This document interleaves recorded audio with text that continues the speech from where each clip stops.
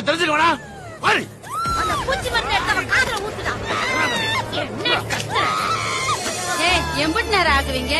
வீட்டுல என் பிள்ளை அழுது கிடக்கு, நான் போனேன். என் கணக்குல வச்சுக்கோங்க. பாருங்கயா, என்ன வேணும்னாலும் பண்ணி தொலைங்க. கணக்கு என் கணக்குல வச்சுக்கோங்க.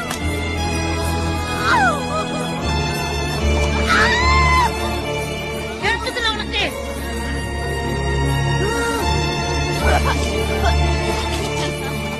வாடா.